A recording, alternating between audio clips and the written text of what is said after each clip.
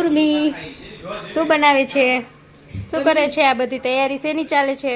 તમને ચણાનો લોટ જોઈને શું લાગે છે કે આજે શું બની રહ્યું છે?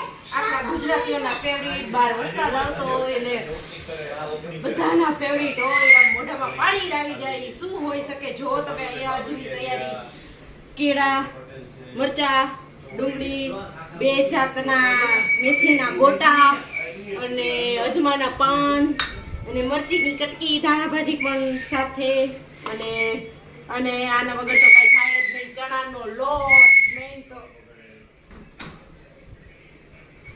બની જાય એટલે ફટાફટ હું તમને બોલાવીશ. આવી જ જાજો, મોડું ન કરતા, નકર ગરમ નહીં મળે. હું તો ગરમા ગરમ જ ખાઈશ ભજીયા. ઉર્મી ભજીયા બની ગયા? હા, જો બની જ ગયા છે. જો તમારા માટે બધા જ બનાવી રાખ્યા છે. જો અત્યારે ગોગડી પાડું છું. ગોગડીના ભજીયા અને મરચાના ભજીયા, પતરીના અને ગોટાવાળા બધા જ રેડી. આ કેમ બે અલગ અલગ દેખાય છે? મેથીના એકમાં ઓછી મેથી છે, એકમાં વધારે મેથી છે. અમને વધારે મેથી વધારે ભાવે એટલે અમારા માટે અલગ બને. તમે ભજીયા કોની સાથે ખાશો? અમે ભજીયા 2 ચટણી સાથે ખાઈ છીએ.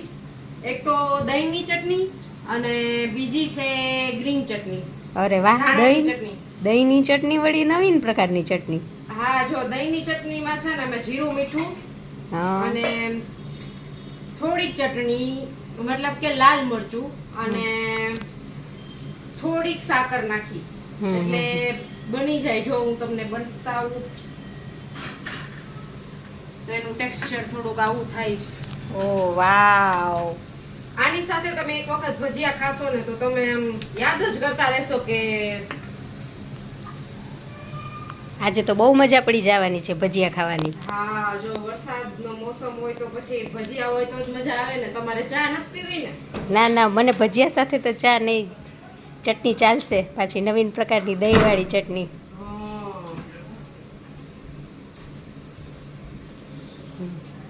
જો આપડા મસ્ત ભજીયા બનીને આમ તો ચાલો બધા ભજીયા ખાવા. કેવા લાગ્યા કિશનભાઈ ભજીયા?